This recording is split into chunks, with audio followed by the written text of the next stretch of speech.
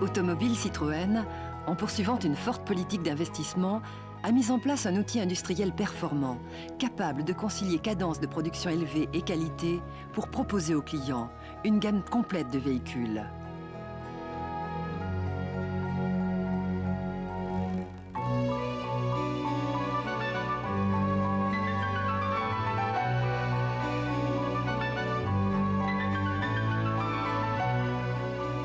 Éléments de carrosserie, groupe motopropulseur, liaison au sol, équipements de sécurité et de confort, ce sont plusieurs milliers de pièces différentes qui sont fabriquées et assemblées pour produire une voiture. Cette production est réalisée sur plusieurs sites industriels en France et à l'étranger. 4 d'entre eux sont des unités terminales, d'où sortent les véhicules prêts à être commercialisés après y avoir été assemblés. À Asnières, usinage et assemblage des pièces constituant les circuits hydrauliques. À Aulnay, unité terminale qui assure les différentes étapes de fabrication du véhicule, de l'emboutissage au montage en passant par la peinture. À Caen, production des liaisons au sol et des transmissions. À Charleville, fonderie des pièces en fonte et en aluminium. À Metz-Borny, fabrication des boîtes de vitesse. À Rennes-la-Janée, autre unité terminale. À Rennes-la-Barre-Thomas, fabrication des pièces en caoutchouc ainsi que des pièces élastomères plastiques de tout type. À Saint-Ouen, emboutissage des petites pièces métalliques. À Trémery, fabrication des moteurs.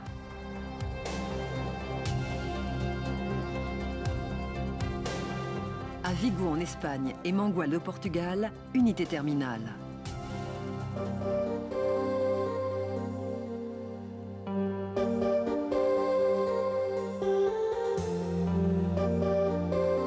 Si le principe de la fonderie est simple, couler un métal en fusion dans un moule, les techniques à mettre en œuvre sont complexes, car ici, il faut produire des pièces de plus en plus fines dans un métal aux qualités exactement définies et totalement nécessaires. 2 secteurs d'activité. Les ferreux dont on fait bloc moteur, vilebrequin, collecteur d'échappement, disque de frein et éléments de liaison au sol. L'aluminium dont on fait piston, culasse, bras de suspension.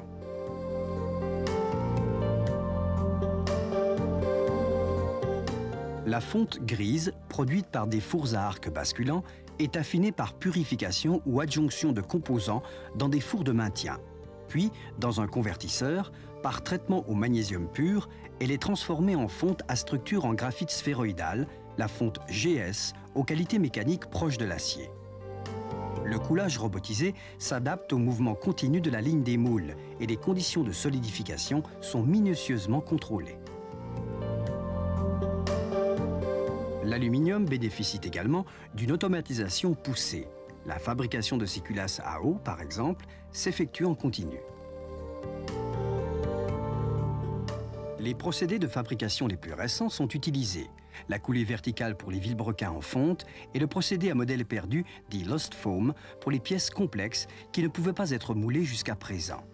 Une forme en polystyrène autour de laquelle est injecté du sable réfractaire disparaît en passant de l'état solide à l'état gazeux au contact du métal en fusion qui occupe ainsi l'espace laissé libre.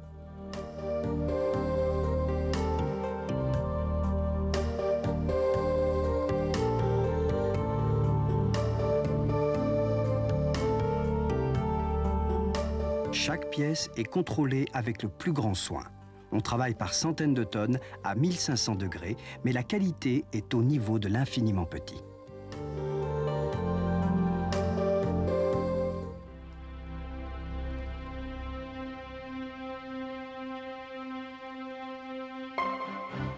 L'emboutissage consiste à fabriquer à partir de bobines de tôle des éléments de véhicule, essentiellement la carrosserie et la structure.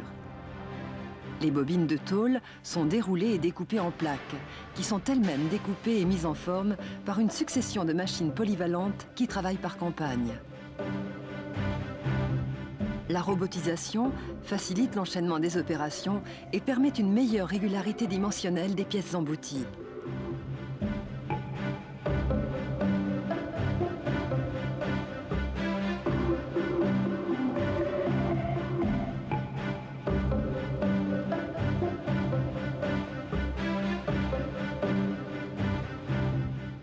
Les sphères de suspension hydraulique sont également embouties. Et il existe des ateliers spécialisés dans l'emboutissage des petites pièces utilisées dans la structure de la caisse.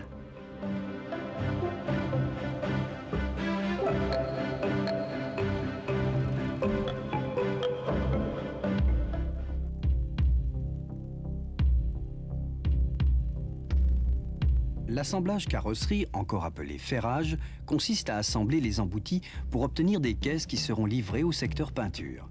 Plusieurs milliers de points de soudure sont nécessaires au ferrage d'un véhicule. Une ligne principale fonctionnant en flux tendu assemble la caisse et les principaux sous-ensembles de plusieurs véhicules différents, tandis que des lignes de préparation préparent les sous-ensembles de la même façon.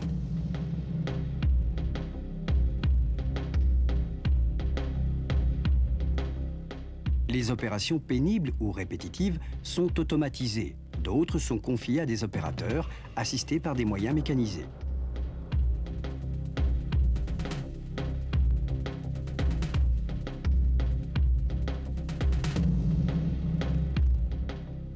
Des contrôles de qualité géométrique par vision laser ou par contrôle tridimensionnel sont réalisés en permanence pour détecter toute apparition de défaut.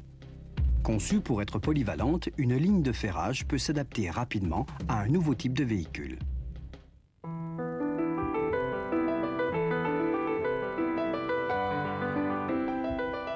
Le traitement de la caisse commence par une phosphatation qui assure une bonne protection et un bon accrochage des couches ultérieures.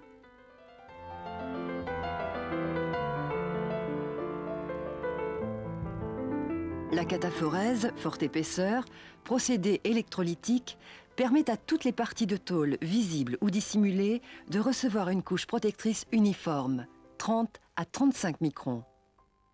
Un atelier robotisé est consacré à l'étanchéité, à l'antigravillonnage et à l'insonorisation.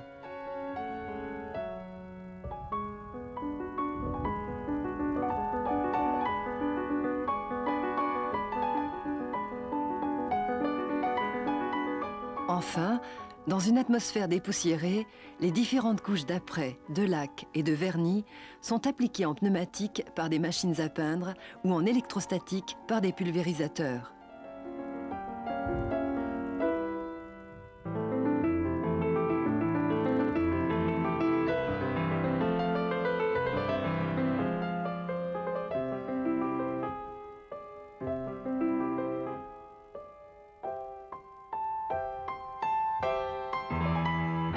Toutes les couches font l'objet d'une cuisson.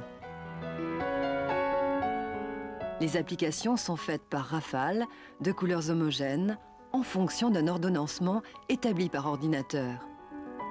Les caisses peintes sont ensuite contrôlées et livrées à l'assemblage terminal.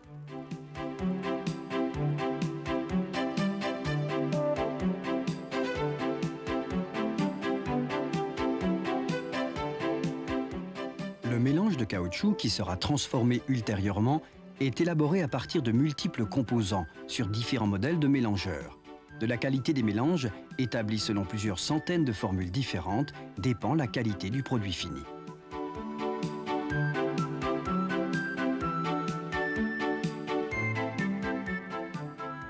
Le mélange est ensuite transformé, soit par extrusion pour les pièces profilées, joints de portes ou d'urite par exemple, soit par injection pour les pièces telles que les cales de suspension anti-vibration.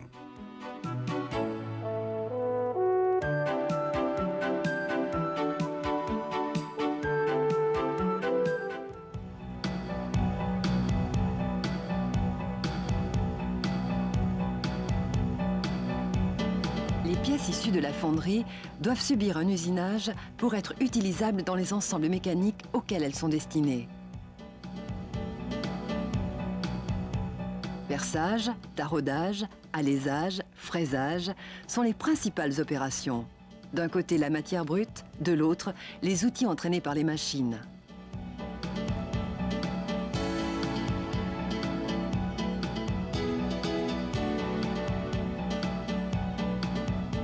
De la culasse des moteurs aux pièces des circuits hydrauliques, en passant par les bras de suspension, ce sont plusieurs centaines de pièces qui sont usinées pour une seule voiture.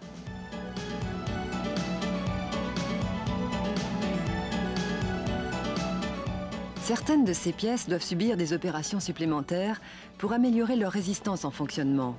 Rodage des bielles, trempe à induction et nitruration ionique des vilebrequins par exemple.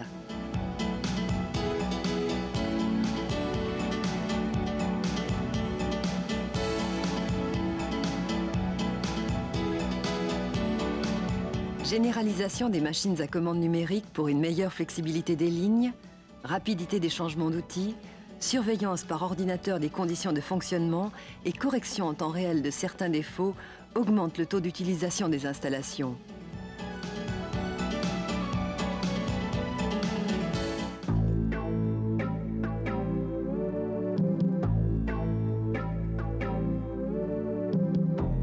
Après usinage, les pièces sont assemblées en ensembles mécaniques tels que moteurs et boîtes de vitesse qui seront ensuite montés sur les voitures. Ce sont les moteurs qui sont les plus complexes à assembler. Il faut en effet, dans un même atelier, pouvoir assembler de très nombreuses variantes d'un même moteur, à des cadences élevées et avec des tolérances mécaniques extrêmement faibles. Les tâches pénibles ou très précises sont confiées à des automatismes.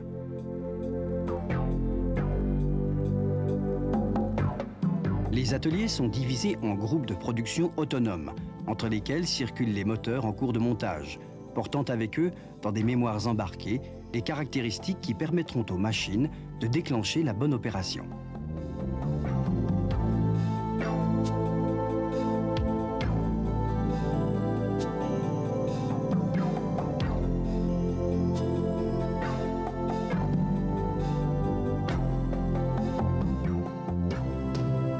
La mécanique, c'est aussi l'assemblage d'ensembles plus petits, tels ces synchronisateurs de boîtes de vitesse, ces moyeux de roues, ces ensembles de suspension et des centaines d'autres.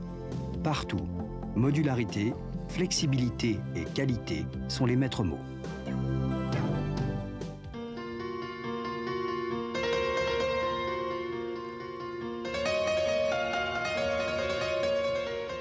Dans l'atelier de montage, convergent la caisse fraîchement peinte et les pièces réalisées dans les différents ateliers d'automobiles Citroën ou par des entreprises sous-traitantes. La production est organisée en flux tendu avec des stocks minimums. Les fournisseurs, qu'ils soient internes ou externes, sont en liaison informatique permanente avec l'atelier de montage. Chaque pièce arrive sur la ligne au bon moment. La ligne principale est alimentée en pièces, soit directement, soit par des zones de préparation qui lui sont directement attenantes. Là, des opérateurs assemblent des sous-ensembles complets de la voiture. Les sous-ensembles, ici un poste de conduite, sont ensuite acheminés vers la ligne principale où ils sont fixés sur la caisse.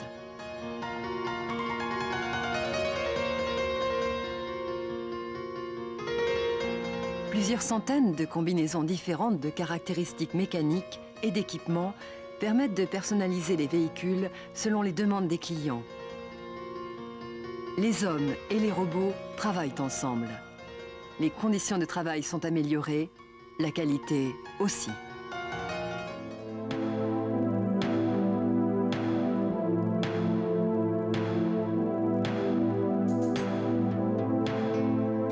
L'omniprésence de l'informatique. L'utilisation de robots polyvalents. L'organisation en ateliers modulaires et flexibles, travaillant en flux tendu. Le passage de la maintenance curative à la maintenance préventive et demain prédictive. La surveillance constante de la qualité permet aujourd'hui à Automobiles Citroën de produire plus et mieux.